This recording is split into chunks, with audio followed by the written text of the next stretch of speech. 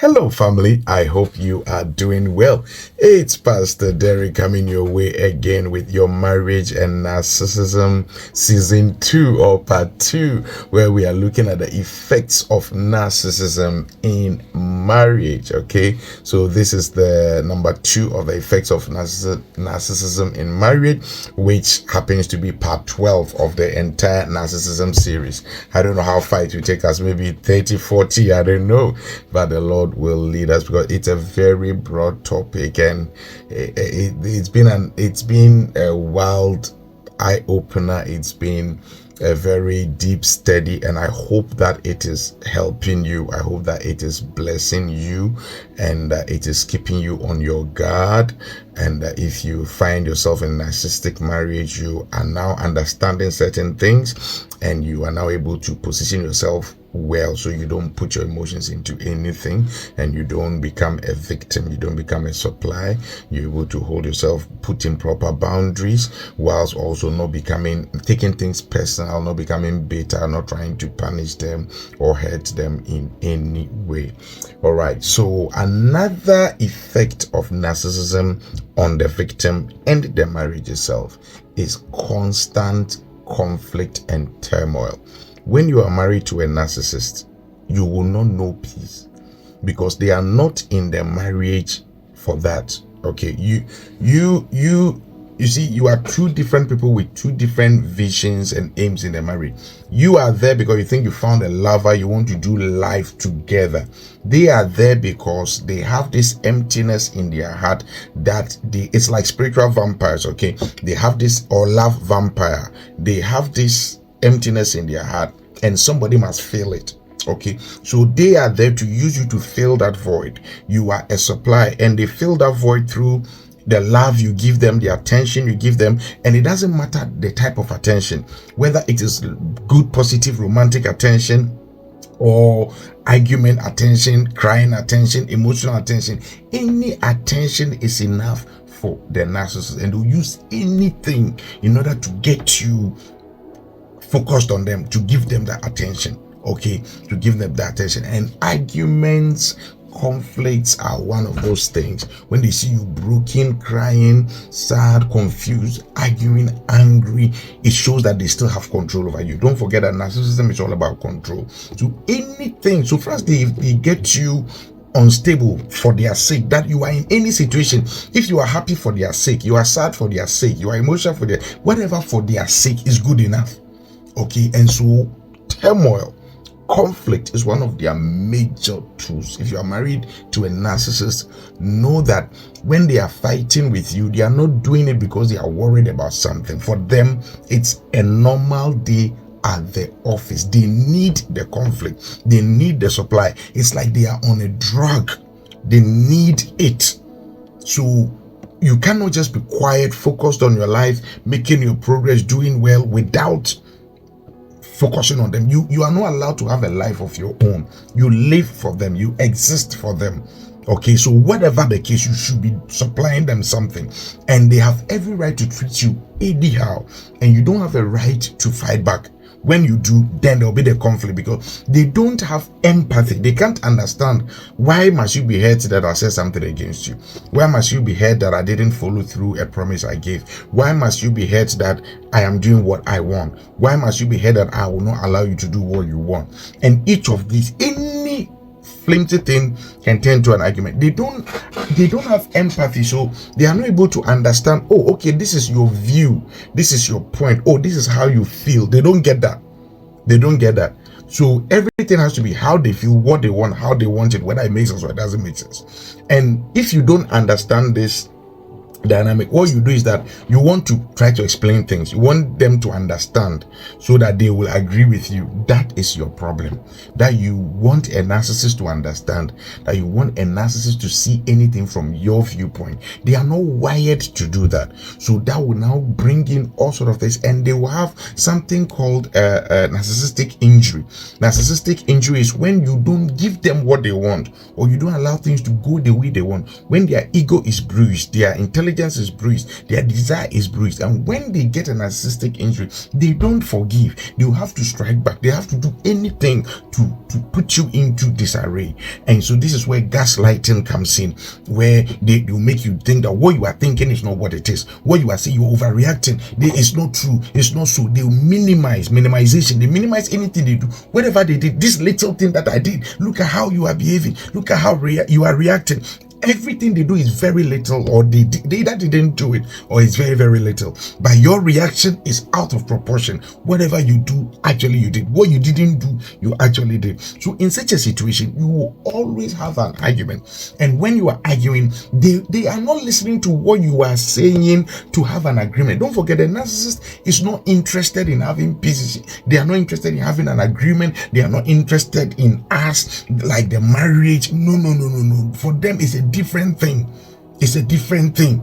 It's not like being married to a normal person where together, let's do it together. And no. It's me or none.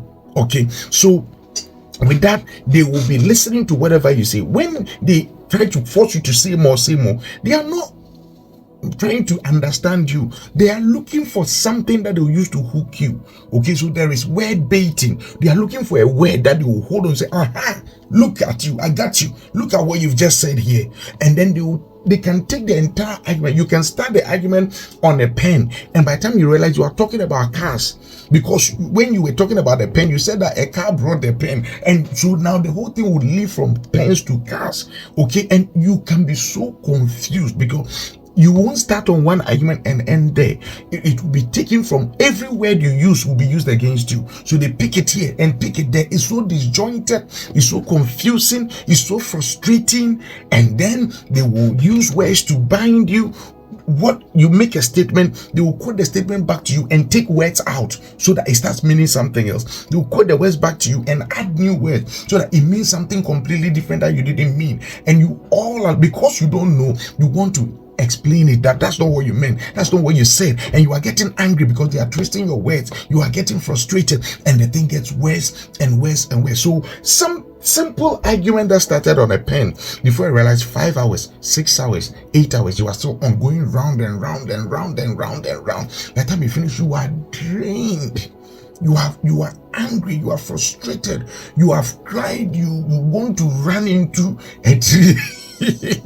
This is the natural lifestyle of a narcissist when you are married to a narcissistic man or woman. Okay, once a while they'll give you a few days of respite. Okay, it's called the word has just escaped me again.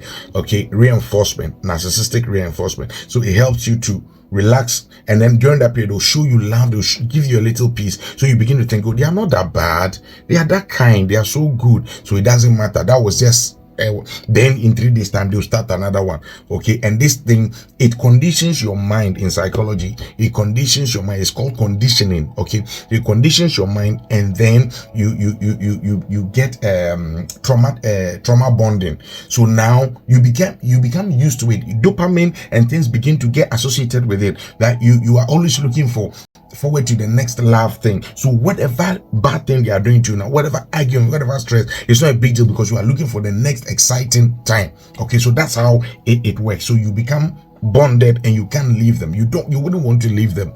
Okay, you become addicted to that same thing that is destroying you and is killing you. So in a narcissistic relationship, you have a lot of arguments. James 3:16 says, where you have envy and selfish ambition, you find disorder and every evil practice. The narcissist is selfish, is envious of you, and has a selfish ambition. They are not there because of you. They are not in the marriage the way you think they are in for. They are there for themselves. And sadly, they don't even know that that's what they are doing. So if you tell them, they'll say it's not true. They don't know that that's what they are doing. Number two thing they do is blame shifting. A lot of blame shifting. They will shift all their blames on you. You did this. You did everything they do is your fault eventually, or they will rewire it, confuse it, rage bait you for you to say something, and then you get committed, and then it goes into another cycle. It is a very mad world. If you don't know anybody who's married to a narcissist, or if you haven't studied well, it will make sense to you. it won't make sense to you when they describe it to you. Okay, so you will always be the reason why they are sad, why they are stressed. They will be crying because it is you didn't do. You will always be that kind of person. Okay. Proverbs 21:24 says that the proud and the arrogant person, mocker is his name, and he behaves with insolent fury. The proud and arrogant person, and narcissism has a lot of pride and arrogance in it. Okay, mocker is his name, and he behaves insolently. Number 3 is that this kind of confusion now begins to make you always walk in fear, because these things happening as well. They are sending that information. They are reporting you. If you are under any form of spiritual authority, you have a pastor or something, they are reporting you to them. If you have any friends or they have an association, an invisible team of people, their support system, whilst they are cutting you off everybody, they are building those things. Okay, they are called flying monkeys. So these people, they feed them information. You are like this. Sometimes they'll not say that, they'll just call them crying, and they'll just make themselves moody, so they'll know something is happening. You are doing something. They will ask questions, and then maybe they'll be initially they'll say they don't want to say anything. Then they will say, some of them they'll just call directly and say. Sometimes once they're arguing with you, they will push. Once they're able to trigger you and get you angry, and you start going off track, they will record you and they'll send to whatever. Look at him. So they will never say what they did to push you to the level where you are now shouting and screaming. They will only record the part where you are shouting and screaming and send that. Look at my husband, look at my wife, look at what they are up to. Okay, so the story will never be complete. And let me tell you, the way the narcissist behaves behind closed doors, when you now go out to a meeting or arbitration or something, the way they will sit down so calmly and so peaceful, I'm telling you, you will be shocked. Everybody will say, what a good husband, what a sweet man, what a sweet woman. But behind closed doors, they're exactly the opposite. The narcissist is an expert in hypocrisy and manipulation. Okay, so keep that. So when you are married to that, and you know today somebody knows this about you, somebody has heard this is what is happening, you now begin to become afraid. It will affect your health. You can't sleep at night. You become so frustrated. You begin to live in fear. You are intimidated. Their presence literally scares you. Okay, this is what happens. In 2 Timothy 1:7 says that for the spirit that God gives us is not a spirit that is supposed to make us timid. Okay, but He gives us power and of love and of a sound. I pray that God will help restore your confidence and your boldness if you have been put into that situation. When you marry a narcissist for long, you begin to become very, very much afraid inside because of the things they take you through. You are intimidated and you are put into fear. Number 4 is that the issues never get resolved, because the narcissist is not doing all of this because they want peace, they want love. No, it is a supply for them. For them, it is business. It is drilling. They are drilling oil from you.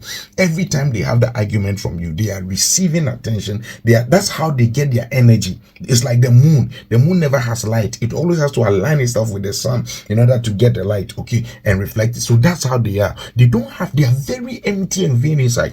Narcissists can sit down quietly on their own. They are always seeking something to feed that, okay, and they get that from you. So for you, that argument is breaking you down, stressing you, destroying you. No, that's for them. It's business. It's a gold mine. Their argument is a gold mine for them. They get energy from it whilst it's breaking you and destroying you. So they never have any interest in resolving things. Every time they want something else to come up, they will generate something else. They will create something else. They are not there to agree with you. They are there to draw your spirit out, to strengthen them whilst it breaks you. So be very, very careful. Proverbs 29:9 says that if a wise person goes to court with a fool, the fool rages and scoffs, and there is no peace. So you have to, once you wake up, you pull back. You no longer join this, okay? Because if you follow them, they will use you and use you until you lose your mind. You have to learn how to not just be part of an argument or those kind of chaotic things with a narcissist. Learn how to stop back. Learn how to just wait and just watch them. Watch it like a movie. Don't be bitter against them. Don't be angry with them, but don't bite the bait. When they bring the bait to you, don't take it. Don't take it. Number 5, you will get a lot of constant criticism, which is one of the things that always starts the argument. They'll criticize everything you do and they will refuse any correction for themselves as well. So these things can be very, very frustrating. They criticize you, they criticize you in their own head. Sometimes you see them, they are sitting there, they themselves are talking. If there's anything, when you walk out, they are still talking whilst they are there, not to you, to themselves. And what is this? Why is this person doing that? Why is that? They talk to themselves. Okay, if you don't stand there to hear, you will go and they'll still be there talking on their own. Okay, so they talk to themselves, constantly criticizing you, either to themselves, to you, to somebody, whoever will listen. And it's like you have to get used to it. You have to get used to those kind of things and just ignore that. It's not because you actually are a problem, but they have a problem. And don't be bitter against them, because they're not even aware this is what they are doing. Okay, so don't be bitter against them. Rather, learn to love them, learn to care for them, but protect your heart, protect yourself, put in strong boundaries so they don't destroy your life, because they don't know what they are doing. It's a very dark thing. Narcissism is a very, very dark thing. Okay, so Matthew 7:3 says that, why do you look at the speck of sawdust in your brother's eye and pay no attention to the plank in your own eye? They are always looking for what is wrong with you. They never see anything wrong with them. And even when you try to tell, they won't see, they can't understand. They are not wired to see it that way. And it will bruise them, it will give them a narcissistic injury for which they must punish you for. So you always have to be careful in dealing with your narcissist if you have one. I pray that God will give you strength, God will give you grace, God will give you wisdom and discipline and everything you need to be able to overcome. You will not be destroyed by a narcissist. God will help you. I'll come your way again tomorrow. Bye-bye.